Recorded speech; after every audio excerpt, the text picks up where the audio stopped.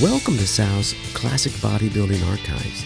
Today, we go back to February 1981 and take a look at Muscle and Fitness magazine, where Mike Mentzer takes us through his heavy-duty thigh routine.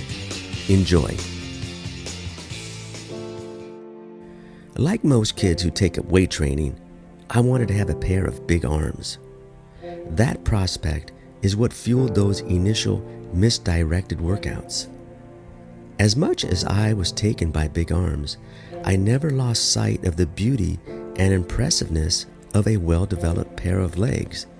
And when I got into bodybuilding, it became obvious that no matter how much tremendously developed your upper body might be, if the legs don't match, forget it. A couple of classic examples where deficiency in leg development hindered the careers of otherwise gifted bodybuilders are Freddie Ortiz and Dave Draper. In both cases, however, the problem wasn't ignorance on their part or an unwillingness to bust ass.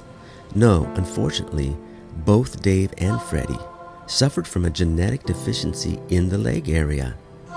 I don't know this for a fact.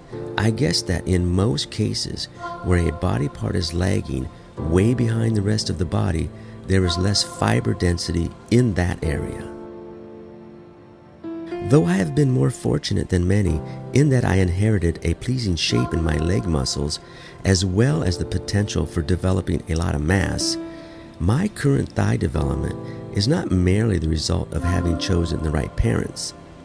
In spite of my favorable genetic predisposition to developing massive, shapely legs, I have always trained them hard. The muscles that form the legs are large, the largest muscle group in the body. As a result, exercises that work them are especially taxing. Remember that following a workout, the body must first recover and replenish what was used up during the workout. It is only after full recovery has taken place that growth can occur. So, to stimulate growth, train intensely, and to allow for such growth, train briefly and not too frequently.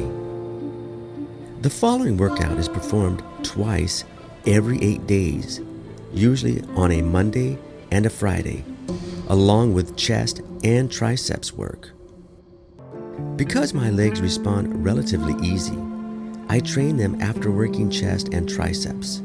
If, however, your legs respond at least as well as the rest of you, or if they tend to lag, by all means start your training sessions with leg work. We start our thigh program with leg extensions.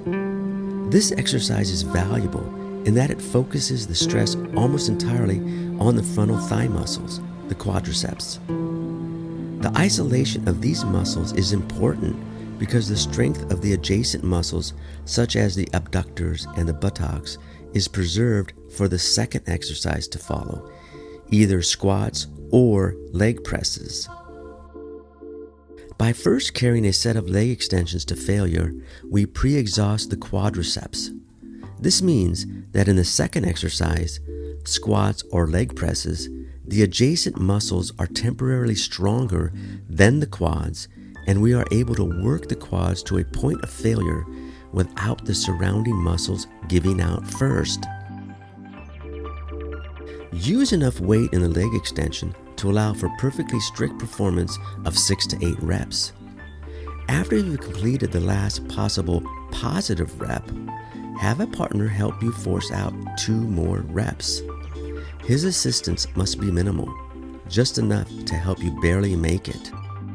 After completing a set of leg extensions, go immediately to the leg press machine with as little rest as possible and perform the leg press.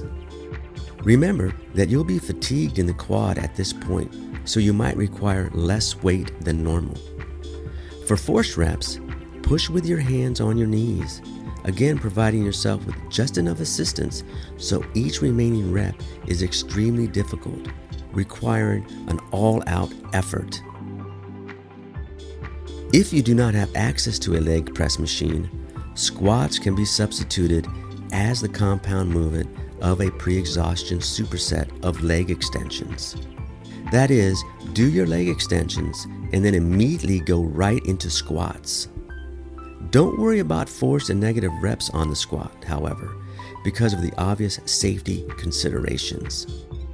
If you're having trouble building mass into your quads or are simply interested in adding more mass as rapidly as possible, give half squats in the multi-power rack a try.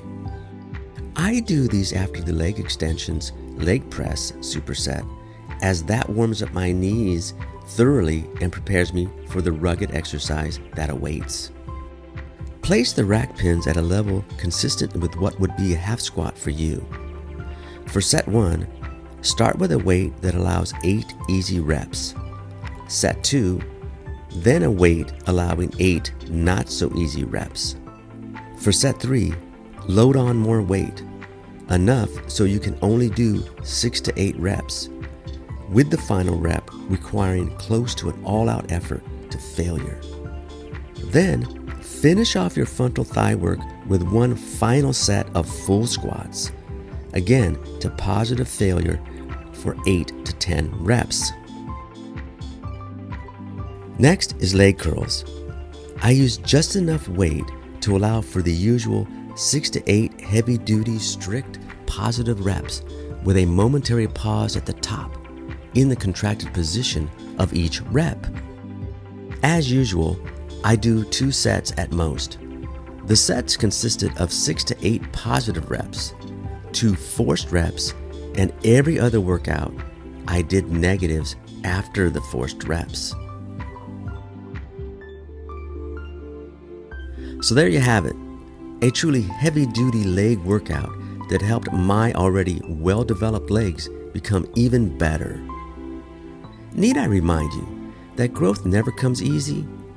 It must literally be forced, and here is the perfect routine for doing just that. Well, thank you for joining me today. I hope you enjoyed today's read. Please leave a like, a comment, share, and subscribe. I would appreciate it. And until next week, keep chasing the dream